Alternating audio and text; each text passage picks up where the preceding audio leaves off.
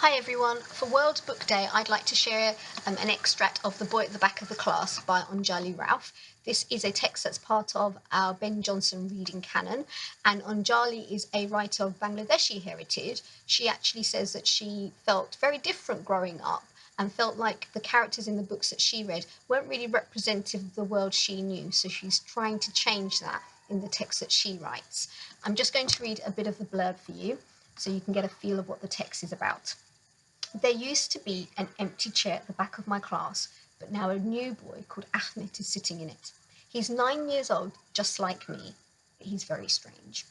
He never talks, he never smiles, and he doesn't like lemon sherbets, which are my favourite. But then I learned the truth. The truth is he's not strange at all. He's a refugee who's run away from a war. A real one with bombs and bullies that really hurt people. The more I find out about him, the more I want to help him.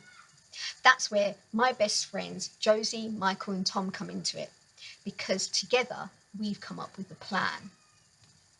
So I'm just now going to read a little bit of the start of the story. Hopefully you're quite interested from that snippet of the blurb there. The Boy at the Back of the Class.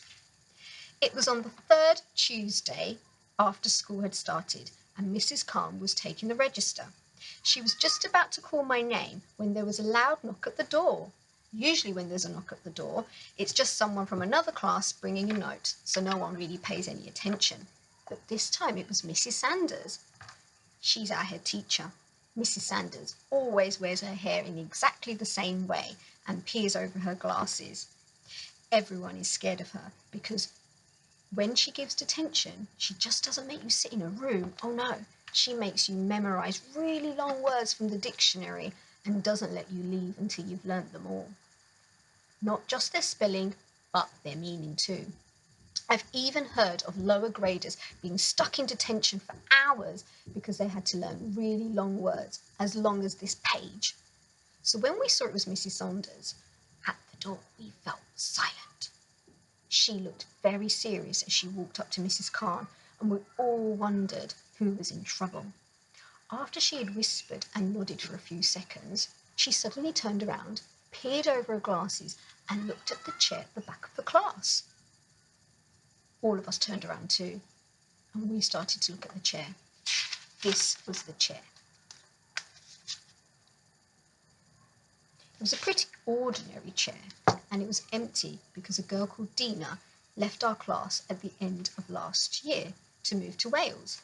No one really missed her except her best friend Clarissa.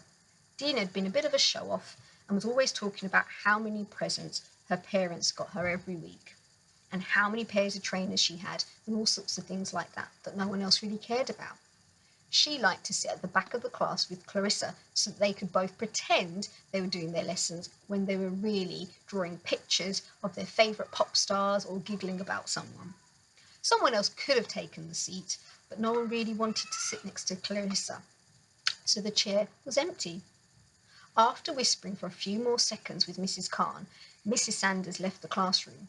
We expected Mrs. Khan to say something, but she didn't. She seemed to be waiting too. So we waited as well. It was all very serious, but exciting. Before we could start guessing what was going on, Mrs. Sanders came back, and this time she wasn't alone. Standing behind her was a boy none of us had seen before. He had short, dark hair and large eyes that hardly blinked, and very, very smooth, pale skin. "Everyone," said Mrs. Khan. The boy went and stood next to her. "This is Ahmed, and he'll be joining our class from today. He's just moved to London and is new to the school, so I hope you'll do your very best to make him feel welcome." We all watched in silence as Mrs. Sanders led the boy to the empty chair. I felt sorry for him because I knew he wouldn't like sitting next to Clarissa very much. She really missed Dina, and everyone knew that she wasn't really keen on sitting next to boys. She thought they were smelly. I think it must be one of the worst things in the world to be new to a place and have to sit with people that you don't know, especially people that just stare and scowl at you. So I made a secret promise to myself there and then that I would make friends with the new boy. I happened to have some lemon sherbets in my bag that I was happy to share at playtime. I would ask Josie, Tom, and Michael too if they would be his friends. After all, having 4 new friends would be much better than having none, especially for a boy who looked as scared and as sad as the one now sitting at the back of our class. So that's a short extract from The Boy at the Back of the Class by Onjali Raúf. If you are interested, you can find it in our reading canon in our school library, and I hope you enjoy reading it as much as I have. Bye.